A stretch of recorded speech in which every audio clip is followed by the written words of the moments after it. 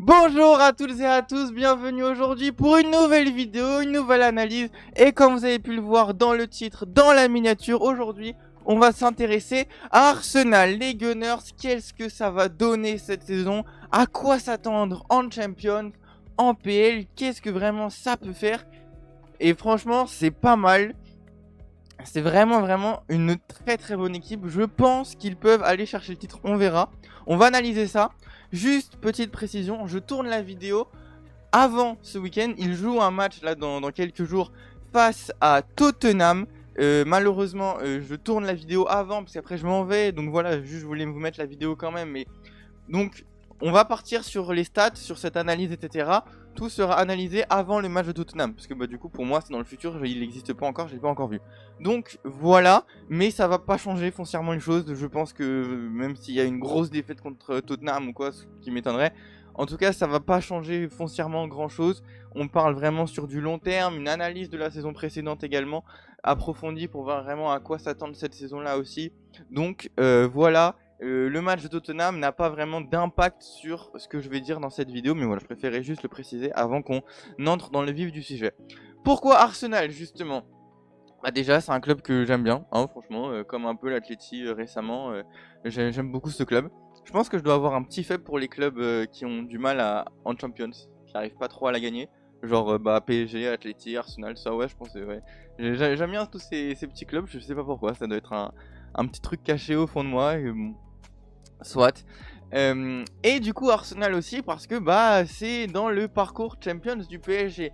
Et du coup bah je voulais me pencher vraiment sur cette équipe, voir qu'est-ce que ça peut donner, à quoi s'attendre et bah est-ce qu'on a une chance contre eux, est-ce qu'eux ils ont une chance contre nous le PSG, on verra. Donc commençons par justement en Champions dans cette année 2024-2025, où est-ce qu'on en est? Comme on peut le voir ici avec les petites statistiques, Arsenal est quand même dans les équipes qui ont tiré les plus fortes équipes. Ils sont 12e en partant du haut à cet endroit-là, hein. 12e équipe à avoir les équipes les plus fortes à jouer dans son parcours Champions. Donc franchement, ils ont du level en face.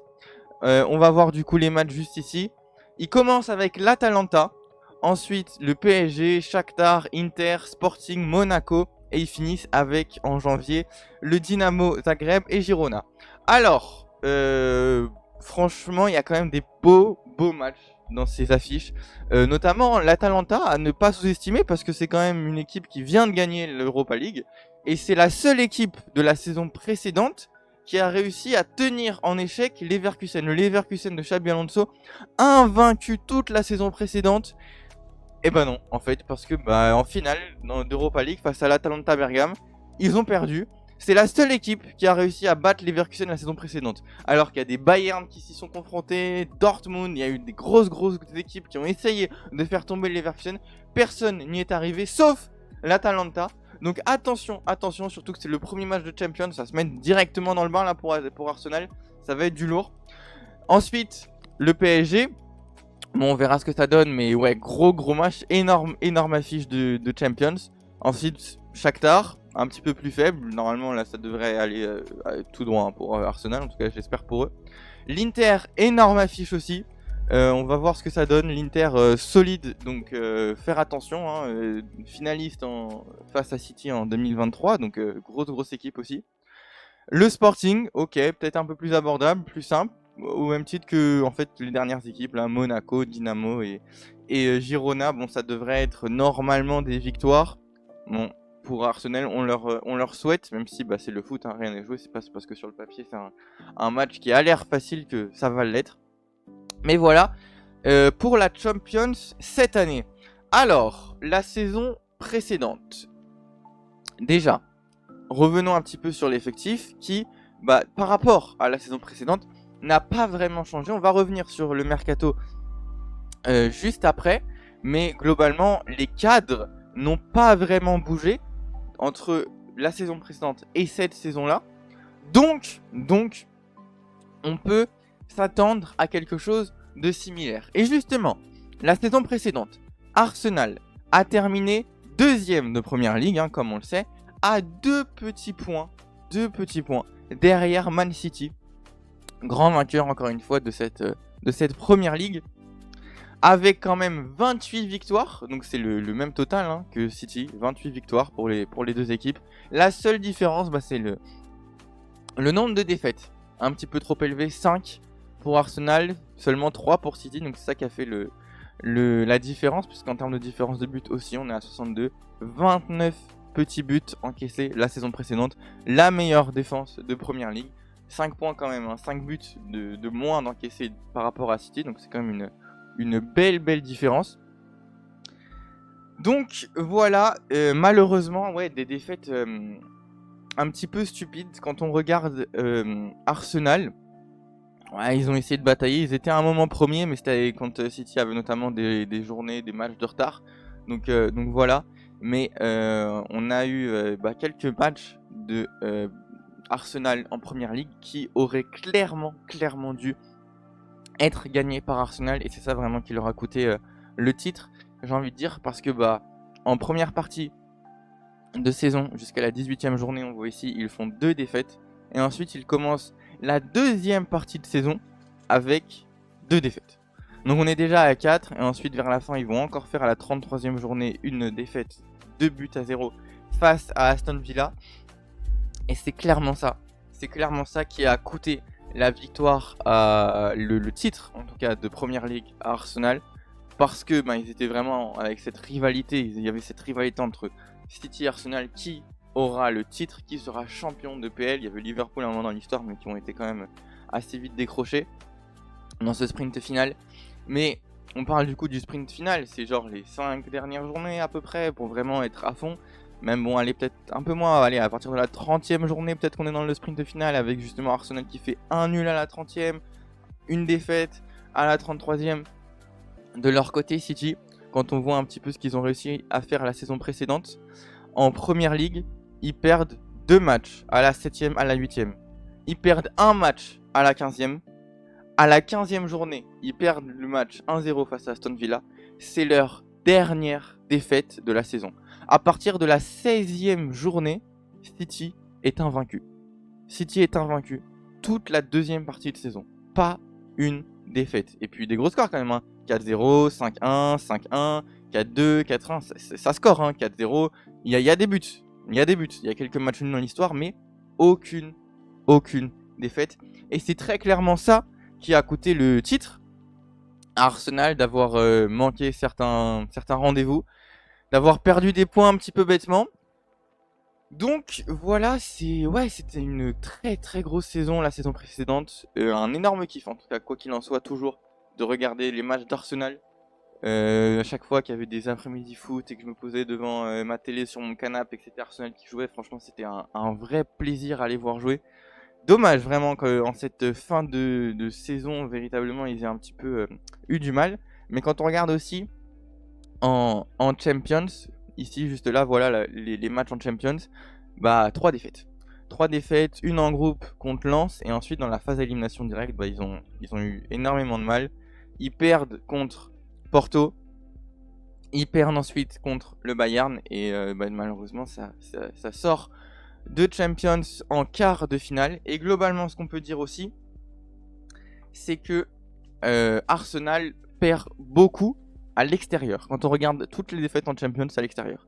À Bollaert, juste ici. Ensuite, ils perdent à Porto et ils perdent à l'Allianz Arena. Donc, voilà. Et en PL, la défaite à Newcastle et la défaite à Aston Villa, c'est à l'extérieur aussi. Et il y en a encore une autre, voilà, à Fulham, c'est également à l'extérieur. West Ham c'était à domicile et l'autre Aston Villa c'était encore à domicile. Donc voilà, donc il y a quand même 3 défaites en PL sur 5 qui sont à l'extérieur. Les 3 défaites sur 3 en Champions sont à l'extérieur aussi. Donc Arsenal a quand même un petit peu plus de mal à l'extérieur. Quand on est à l'Emirates, ça se passe bien. Quand on est en dehors, il y a un petit peu plus de difficultés, surtout dans les matchs un peu à pression, quoi. Les matchs de Champions contre Lens, c'était un gros adversaire la saison précédente. Surtout en début de saison en Champions, c'était un gros adversaire. Et ensuite, dans les matchs à élimination directe, beaucoup de pression. On n'est pas chez soi et on a du mal. Donc un petit point à rectifier pour Arsenal, essayer d'être ouais, plus décisif à l'extérieur quoi cette saison, et c'est ça qui pourrait peut-être leur faire gagner des titres tout simplement. Bon, regardons maintenant un petit peu les buteurs et les stats globalement sur cette saison, la saison précédente. Pour l'instant, on est donc à 3 matchs de jouer, parce qu'il n'y a pas encore eu le match de Tottenham à l'heure où je m'enregistre. Et on a quand même déjà des belles stats, notamment Havertz qui a déjà réussi à mettre 2 buts, Saka qui a mis un but aussi, 3 passes D, oui c'est ça pour Saka. On a quand même des joueurs qui quand même performent plutôt bien en attaque. Quand on regarde ici, c'est la saison précédente en termes de buts. Bukayo Saka qu'on a mis 16, expecting goals, on est à 15,5, donc on est à peu près à la même chose. Havertz 13 pour 12 et quelques, donc voilà c'est la même chose.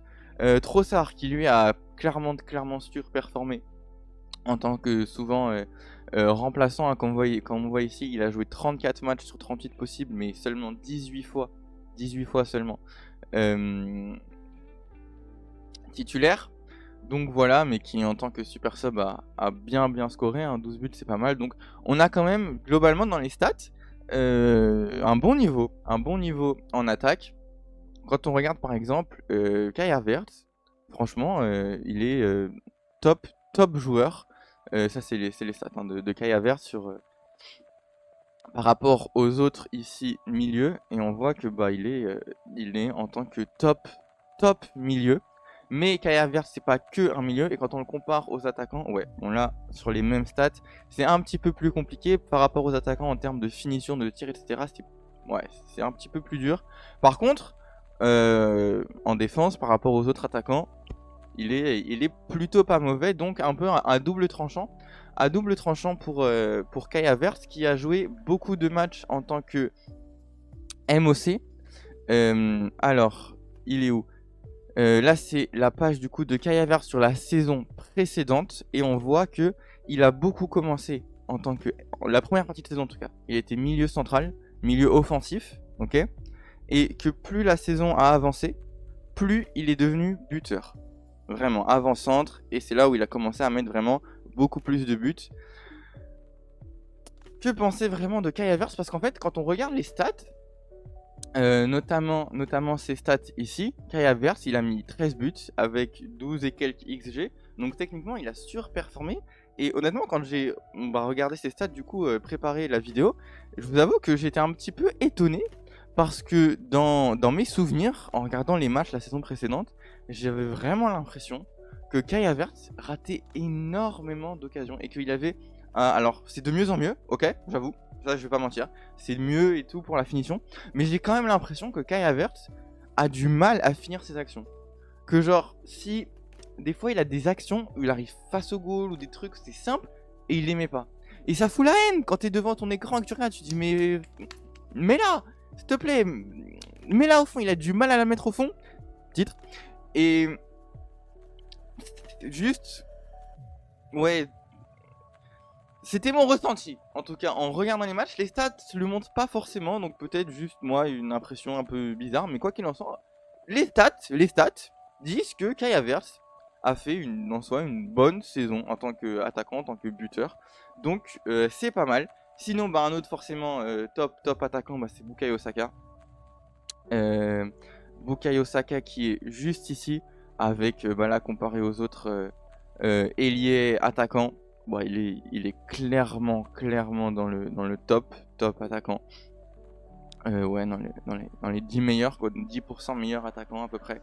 Donc c'est vraiment un top joueur qui a fait un top Euro. Franchement, peut-être le meilleur anglais de l'Euro.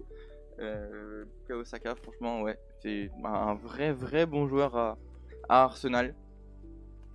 Et on a aussi Trossard qui est aussi un bon joueur, plutôt remplaçant comme on l'a dit, il a fait que 18 matchs en tant que titulaire alors qu'il en a joué 34, donc souvent remplaçant, mais qui pourtant sur ses entrées en jeu, regardez, sur les buts hors penalty, il est dans le top 1% des attaquants, donc c'est juste énorme.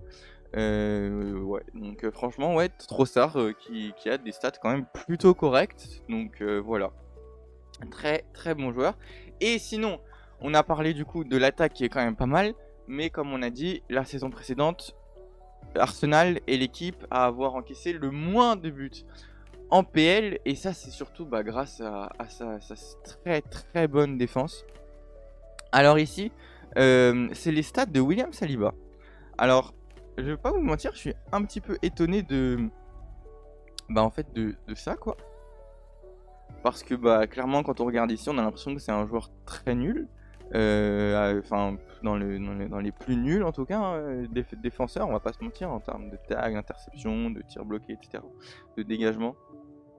Donc les stats m'étonnent un petit peu à ce niveau-là. Parce que quand on regarde le jeu, quand on analyse vraiment les matchs, Saliba est une pièce maîtresse. Et que je revienne sur les stats de la saison précédente, juste ici. En termes de minutes jouées, Saliba est au top. Il a joué 38 matchs sur 38 possibles. Il a été 38 fois titulaire et il a fait 38 fois 90 minutes. Il n'a pas été remplaçant une seule minute. Il n'a pas été remplacé une seule minute. William Saliba, en première ligue la saison précédente, a joué toutes les minutes possibles. C'était vraiment le mec que tu mets direct dans ton 11. Quand Mikel Arteta, la saison précédente, faisait son équipe, il devait commencer par Saliba. Il ne l'a jamais sorti. Jamais, jamais, jamais. Et je crois que d'ailleurs, c'est une première dans l'histoire d'Arsenal qu'un joueur joue toutes les minutes possibles de première ligue. Donc c'est assez fou.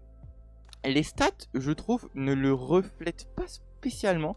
Donc c'est assez étrange.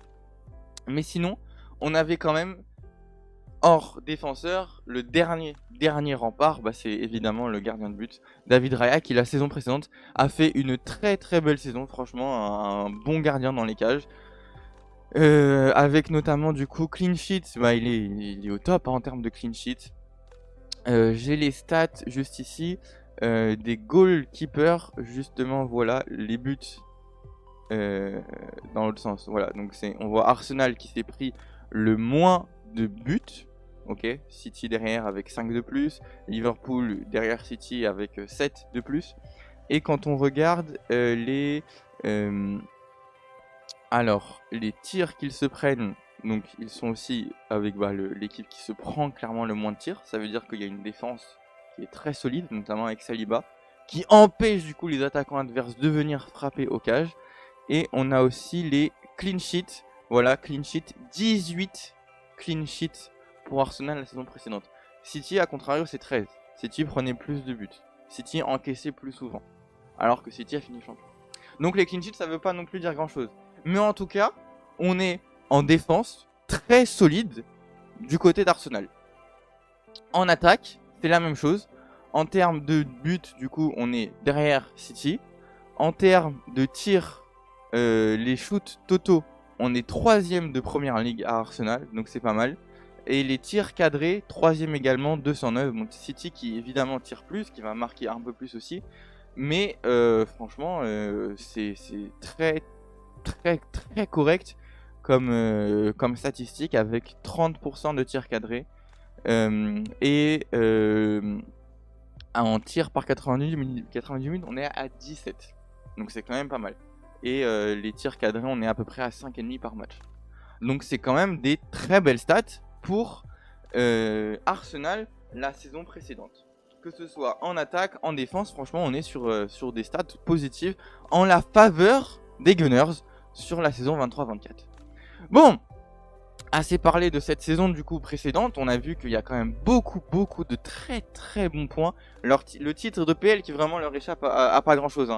Ils étaient à rien d'aller chercher, 2 petits points, c'est un peu rageant, surtout avec une saison à 89 points, c'est énorme, c'est énorme. Mais bref, le mercato, maintenant qu'est-ce que ça donne? Alors, sur cette saison, on a quelques joueurs qui sont partis. Smith Rowe, Nketiah, Ramsdale, ok, donc voilà quelques joueurs qui partent. Globalement, quand on regarde avec les stats de la saison précédente, les joueurs qui ont joué, les joueurs qui sont partis par rapport aux joueurs qui ont joué, on voit que c'est les joueurs qui ont le moins joué qui partent. Donc comme on l'a dit au début, il n'y a pas de cadre vraiment de joueurs importants qui a quitté l'effectif d'Arsenal. C'est pour ça que tout ce qu'on dit sur la saison précédente est encore bon pour la saison 24-25. Ce qui s'est passé en 23-24 est encore bon en 24-25. Parce que c'est foncièrement la même chose qui va se passer. C'est les mêmes équipes quasiment. Il y a quelques changements, mais il y en a très peu. On voit que les joueurs qui partent, c'est globalement des joueurs qui ont joué moins de 1000 minutes. Et si on enlève même Nketiah, c'est des joueurs qui ont joué moins de 500 minutes. Ramsey, 540, c'est peu, c'est vraiment pas beaucoup. Donc il n'y a aucun départ de petits joueurs. Par contre, on a des joueurs qui peuvent émerger. Du coup, par exemple, ici, un Timber qui la saison précédente avait joué 71 minutes et qui, cette saison-là, on est juste ici en termes de minutes jouées. Timber, que je le retrouve, il est déjà à 179. Donc voilà, il a joué plus de 2 fois plus en 3 matchs de PL que la saison précédente sur toute la saison. La saison, il avait joué 2 matchs. Une fois titulaire. Cette saison-là, on est à 2 matchs titulaires, 3 matchs joués. Voilà. Donc, voilà, ça peut donner la chance aussi à des petits nouveaux peut-être d'émerger. Pour l'instant, il a l'air d'être pas trop mal. Donc voilà pour les départs de Arsenal. Les arrivées, maintenant, du côté d'Arsenal, on a essayé de se renforcer à chaque ligne. C'était ça un petit peu le projet, hein, j'ai l'impression, de ce mercato, de prendre un bon joueur à chaque ligne. Alors déjà, Raya, qui effectivement est définitivement transféré. Après avoir été prêté, il a été là, acheté pour à peu près 32 millions d'euros. On a également une très bonne prise avec ici Calafiori à 45.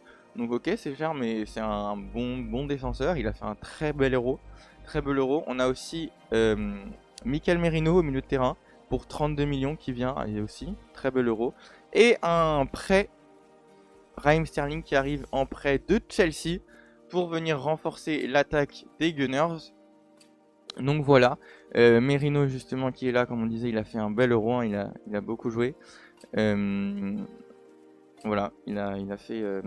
Alors ça c'est ici entrée en jeu. Voilà, entrée en jeu, sortie. Donc là c'est donc en tant que remplaçant, il a fait il a fait des belles perfs. Il rentrait en fin de match, mais il était toujours là pour essayer d'aider son équipe. Il a même mis un but. Donc voilà, face à l'Allemagne en quart. Donc Mikel Merino, pourquoi pas, c'est pas mal le milieu de terrain. Malheureusement, il est blessé. Il s'est blessé, il va revenir fin octobre. Donc pour l'instant, on peut pas trop compter sur lui pour un mois et demi à peu près. Et espérons que ça revienne vite. Et sinon, également Calafiori. Calafiori, ok, alors c'est pas ça. Ça c'était pour Sterling, mais Calafiori aussi, du coup, qui est arrivé. Mais qui lui, si vous avez vu le match France-Italie, il s'est pris un sale chassé de Ousmane Dembélé, vraiment qui a pas fait exprès en tombant, après avoir reçu un tacle, il est retombé, il a explosé Calafiori. Du coup, il y a problème de mollet et on sait pas quand est-ce qu'il reviendra, donc un petit peu compliqué, surtout qu'il n'a pas encore joué cette saison, il me semble. Calafiori, il a joué 44 minutes. Il est juste là. Calafiori, il a joué un tout petit peu, mais en tant que juste remplaçant. Il a été remplaçant, il a joué 44 petites minutes en 2 matchs. Donc voilà pour ça. Et sinon, du coup, Sterling, bonne prise en vrai pour venir renforcer cette attaque. Avec une saison précédente à 8 buts, 4 passes, en à peu près 2000 minutes de jeu. À Chelsea la saison précédente. Franchement, c'est des stats correctes en PL. Voilà, il est juste une bonne prise. Sterling, c'est très correct. Bon, la saison précédente on l'a vu. On a vu aussi le mercato, les arrivées, les départs. Du coup on se renforce à chaque ligne. On enlève un petit peu les joueurs qui n'ont pas trop joué, qui servent pas à grand chose dans l'effectif. Maintenant, cette saison là, qu'est-ce que ça va donner? Alors, je vais un petit peu parce que c'est trop, voilà. Qu'est-ce que ça va donner cette saison-là? Alors, d'après les bookmakers, les pronostics un petit peu, City devrait assez largement, en tout cas d'après les stats, City a 85% de chance, bon, 85% de chance de finir premier de Première Ligue. Ok.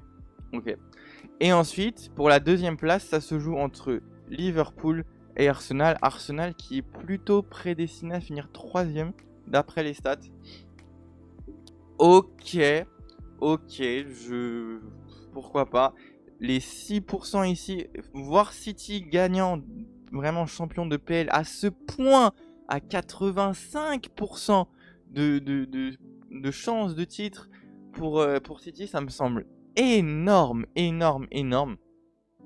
Du coup, quand on regarde Arsenal ici, ouais, il prévoit une saison à 79 points, à peu près 78 et quelques, à peu près entre 78 et 79.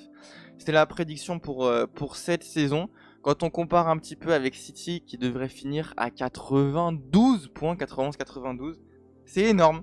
C'est énorme pour City. Et Liverpool qui devrait finir un tout petit peu plus devant, Arsenal. On a donc City qui normalement d'après les bookmakers, d'après les analyses, d'après les stats, devrait finir loin devant en termes de points et tout, devrait largement dominer la première ligue. Et ensuite on devrait avoir un duel pour la deuxième place entre Liverpool et Arsenal. Est-ce que je suis vraiment d'accord avec ça? Pas trop. Honnêtement, je vais pas vous mentir, je pense que Arsenal a fait une très très bonne saison.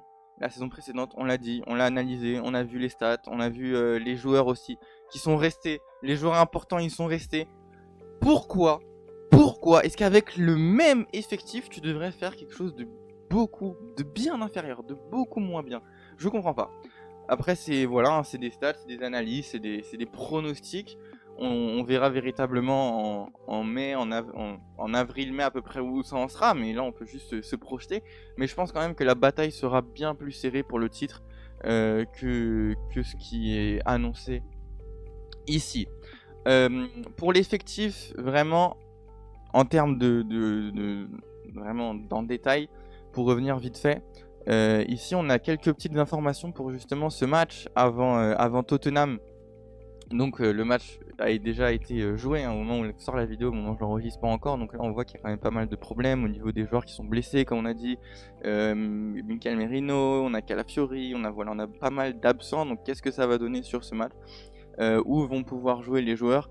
Est-ce qu'on met plutôt Kai Havertz en attaque? Est-ce qu'on met plutôt au milieu de terrain? Bon voilà, quelques petites analyses. Article assez intéressant pour voir un petit peu comment peut jouer cet Arsenal face à Tottenham ce week-end et globalement comment est-ce qu'ils vont pouvoir se débrouiller. Et pour l'instant, en 3 premières journées de Première Ligue, on a une victoire 2-0 face à Wolverhampton, une victoire encore 2-0 à Aston Villa, et bon là un match nul face à Brighton. Mais globalement, quand on reprend un petit peu l'effectif, on voit qu'il y a certains joueurs qui, notamment Timber, qui fait sa place, hein, qui est plutôt là. Raya qui est clairement titulaire, hein. Certains joueurs qui n'ont pas encore joué, Jorginho, Kivior. Il y a certaines listes et tout, il y a des joueurs qui sont en plus. Bon, je sais pas, Sterling aussi qui a pas joué. Il y a des joueurs du coup blessés avec Merino, Calafiori, bon voilà. Mais globalement, ce qu'on peut dire, c'est que Trossard a l'air d'être plutôt bon cette saison à jouer à gauche. Martinelli, pourquoi pas pour le remplacer des fois. Comme on a vu, du coup, Martinelli a joué un match, 2 matchs, et Trossard un match en tant que titulaire. Voilà, avec des remplacements. Donc on se gère à ce niveau-là. Trossard qui a l'air d'avoir quand même encore un rôle de remplaçant dans cette équipe. Saka qui est tout seul à droite. Pour le coup, à droite, sur l'aile droite, il n'y a aucun autre joueur de métier, aucun autre attaquant de métier. Donc assez intéressant qu'ils aient pris Sterling à gauche, parce qu'il a l'air de plutôt jouer à gauche. Et à droite,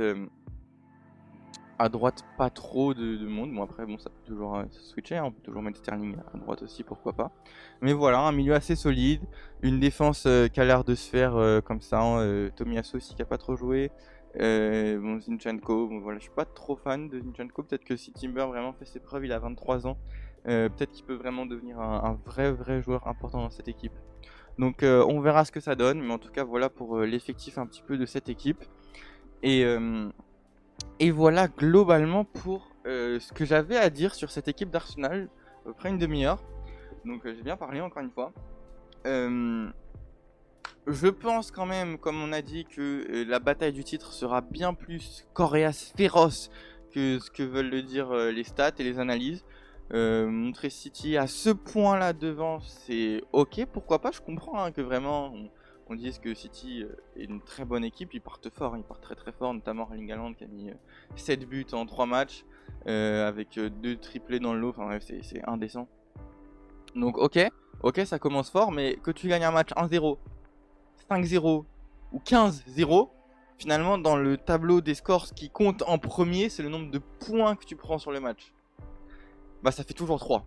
Peu importe la victoire, peu importe le nombre de buts d'écart, finalement tu prends juste 3 points. Donc si Arsenal fait une victoire 1-0, que City fait une victoire 15-0, qu'Arsenal fait une victoire 2-0, que City fait une défaite par exemple 1-0, bah au final, bah c'est Arsenal qui a le plus de points.